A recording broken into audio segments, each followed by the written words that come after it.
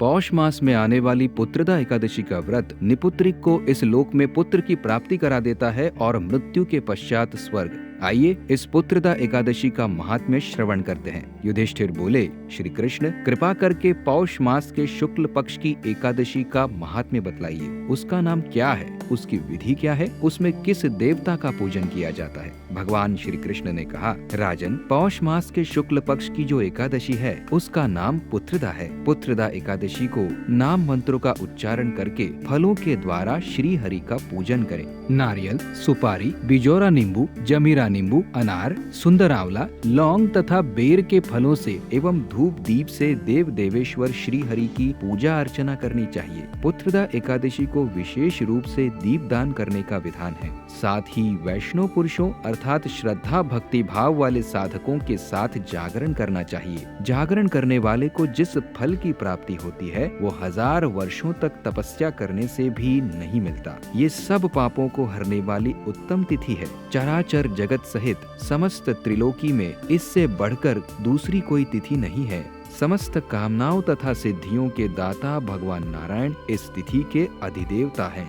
पूर्व काल की बात है, भद्रावतीपुरी में राजा सुकेतुमान राज्य करते थे। उनकी रानी का नाम चंपा था। राजा को बहुत समय तक कोई वंशधर पुत्र प्राप्त नहीं हुआ, इसलिए दोनों पति पत्नी सदा चिंता और शोक में डूबे रहते थे। राजा के पितर उनके दिए हुए जल को शोकोच्छ्वास से गर्म करके पीते थे। राजा के बाद और कोई ऐसा दिखाई नहीं देता जो हम लोगों को तर्पण करेगा, ये सोच सोच कर पितर दुखी रहते थे। एक दिन राजा घोड़े पर सवार होकर गहन वन में चले गए। पुरोहित आदि किसी को भी इस बात का पता न था। मृग और पक्षियों से सेवित उस सघन वन में राजा भ्रमण करने लगे। मार्ग में कहीं सियार की बोली सुनाई पड़ती थी तो कहीं उल्लुओं की। जहाँ तहाँ भालू और मृग दृष्टिगोचर हो रहे थे। इस प्रकार घूम घूम कर राजा वन की शोभा देख रहे थे। इतने में दोपहर हो गई। राजा को भूख प्यास सताने लगी। वे जल की खोज में इधर उधर भटकने लगे। किसी पुण्य के प्रभाव से उन्हें एक उत्तम सरोवर दिखाई दिया, जिसके समीप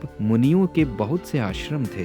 शोभाशाली नरेश ने उन आश्रमों की ओर देखा। उस समय शुभ की सूचना देने वाले शकुन होने लगे। राजा का दाहिना नेत्र और दाहिना हाथ फड़कने लगा, जो उत्तम फल की सूचना दे रहा था। सरोवर के तट पर बहुत से मुनि वेद पाठ कर रहे थे। उन्हें देखकर राजा को बड़ा हर्ष हुआ। वे घोड़े से उतरकर मुनियों के सामने खड़े हो गए और पृथक पृथक उन सब की वंदना करने लगे। वे मुनि उत्तम व्रत का पालन करने वाले थे। जब राजा ने हाथ जोड़कर बारंबार दंडवत किया, तब मुनि बोले, राजन, हम लोग तुम पर प्रसन्न हैं। राजा बोले, आप लोग कौन हैं? आपके नाम क्या है तथा आप लोग यहाँ किस लिए एकत्रित हुए हैं? कृपया ये सब बताइए। मुनि बोले, राजन, हम लोग विश्वे देव हैं। यहाँ स्नान करने के लिए आए हैं। माघ मास निकट आ गया है। आज से 5वें दिन माघ का स्नान आरंभ हो जाएगा। आज ही पुत्रदा नाम की एकादशी है, जो व्रत करने वाले मनुष्यों को पुत्र देती है। राजा ने कहा, विश्व देवगण, यदि आप लोग प्रसन्न हैं तो मुझे पुत्र दीजिए। मुनि बोले,